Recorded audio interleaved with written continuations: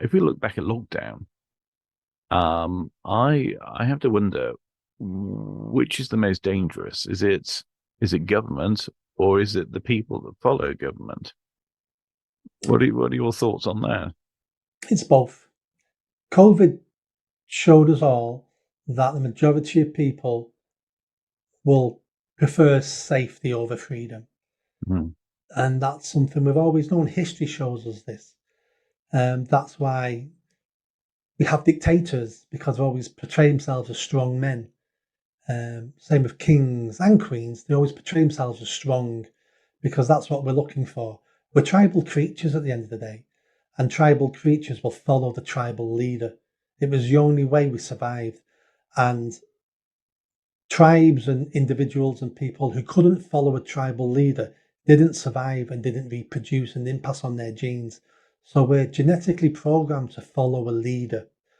And if you take that to the nth level, that's what religion's about. That's what God's about, following an even bigger leader than your tribal leader. So we are programmed for that.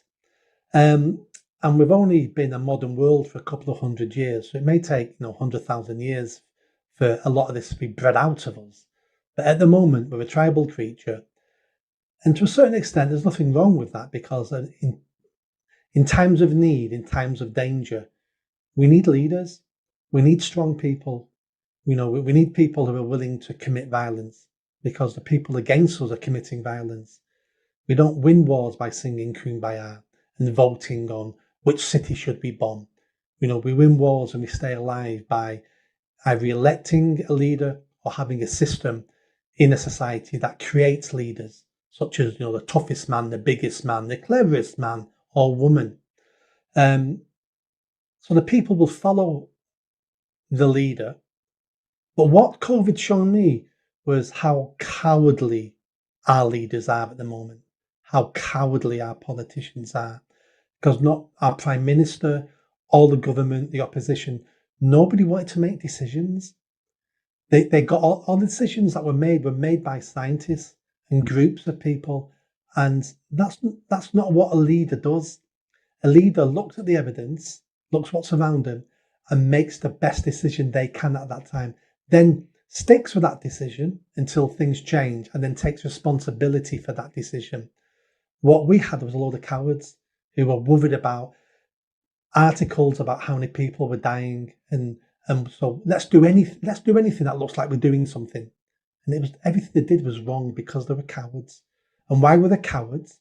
Because we spent 40 years employing and electing middle managers to run our country, because we was an offshoot of the EU. We didn't need leaders, we needed middle managers, and we paid the price for that.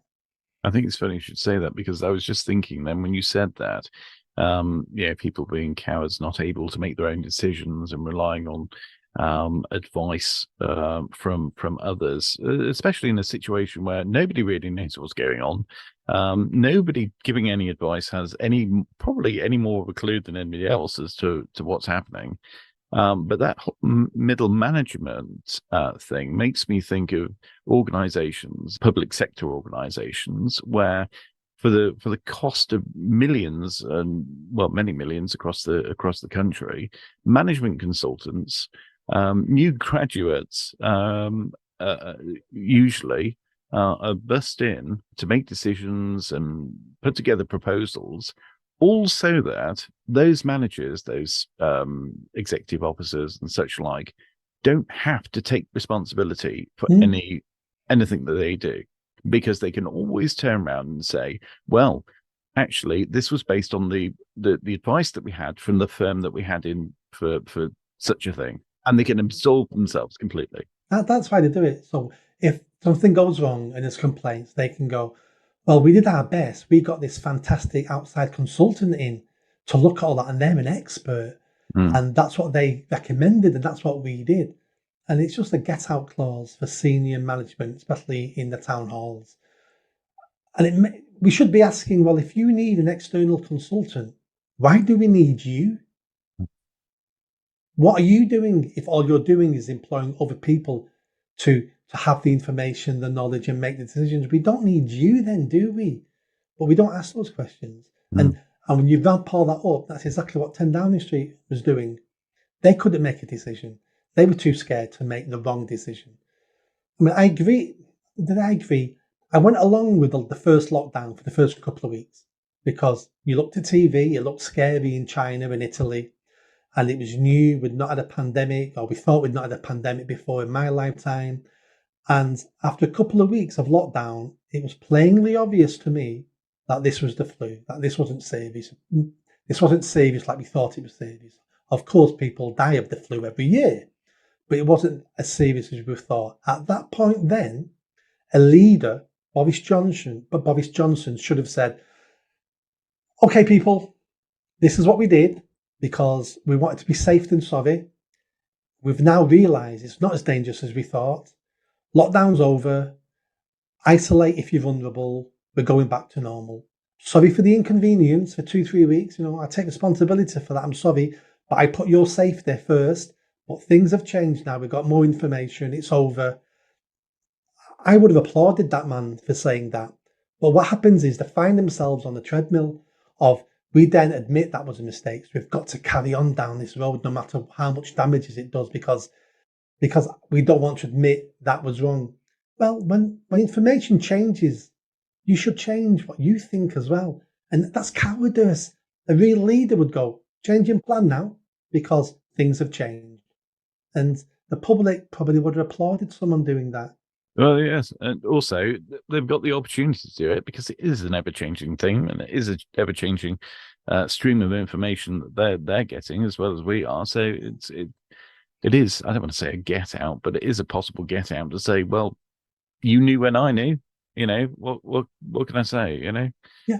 I don't know. It's difficult. I mean, given that sort of situation.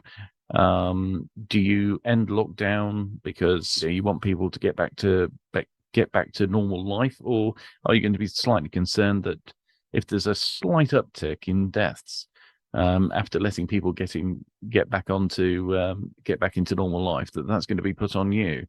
I think that's a very difficult position to be in. I don't think it's difficult at all. It's called leadership. Do you have generals sending their soldiers into war going, oh, should we send them into war? Some of these soldiers may die. I might get blamed for that. Well, that's their job. Same with our top politicians. It's their job. It's not their job to worry about their career. It's their job to worry about the country and the public. They should have ended that lockdown after a couple of weeks and told the truth. That's all we expect. And let's say more people would have died then because more COVID would have spread a bit more people may have died or may not have died, I don't know. But let's say more people died. Well, the answer to that is, well, we advised you that if you're vulnerable, don't mix with people. And, all we can do is give you advice. We're not a dictatorial nation. As Prime Minister, I only have the right to lock you in your houses at the most pressing times. And I didn't believe this was the most pressing time. I didn't force you out your houses to catch it.